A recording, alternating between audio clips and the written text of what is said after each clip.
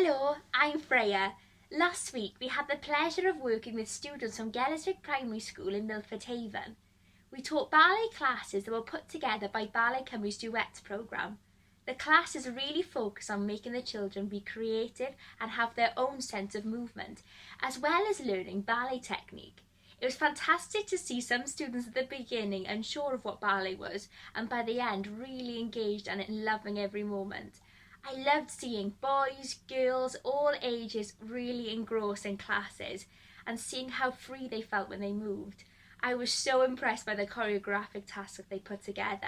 They created some fantastic work for Giselle, which is going to be the production that the Ballet Cymru are working on at the moment. So it was brilliant to see them in their brains and how everything would come out through movement through them.